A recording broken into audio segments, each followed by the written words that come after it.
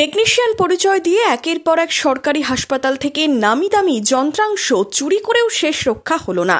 সোনারপুর থেকে গ্রেপ্তার হলো দুষ্কৃতী। ডোমকল সুপার স্পেশালিটি হাসপাতালে চুরির ঘটনায় গ্রেপ্তার অভিযুক্ত। উদ্ধার হয়েছে চুরি যাওয়া ল্যাপ্রোস্কোপি সাইগেশন যন্ত্র। জুলাই মাসে ডোমকল সুপার স্পেশালিটি হাসপাতাল থেকে চুরি হয়ে যায় 40 লক্ষ টাকার সরঞ্জাম। এই ঘটনায় থানায় অভিযোগ দায়ের করে হাসপাতাল কর্তৃপক্ষ। সিসিটিভি ফুটেজ খতিয়ে দেখে ঘটনার তদন্তে নামে পুলিশ। অন্যদিকে 1 জুলাই বিষ্ণুপুর জেলা হাসপাতালে চুরির ঘটনা ঘটে। সেই ঘটনায় তদন্তে নেমে বুধবার বাঁকুড়া জেলা পুলিশ ও বিষ্ণুপুর থানার পুলিশ উত্তর 24 পরগনার সোনারপুর থানা এলাকা থেকে গ্রেপ্তার করে সমীর মণ্ডলকে।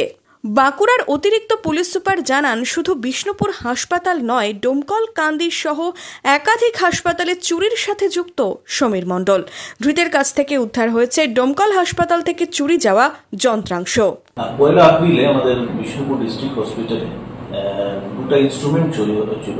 একজন ব্যক্তি এসে নিজেকে টেকনিশিয়ান হিসাবে ইন্ট্রোডিউস করে হসপিটালে পরিবেশ করেছিল, আর দুটা মেডিকেল ইনস্ট্রুমেন্ট যাকে ল্যাপ্রোস্কোপিক বলা যায় চুরি করে নিয়ে গেছিল।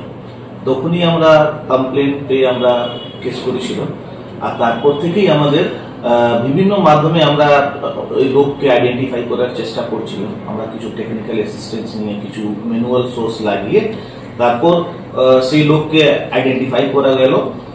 ওর নাম আছে সমীর মণ্ডল, যার বাড়ি চৌহাটি, সোনারপুর থানা, উত্তর 24 পরগনা।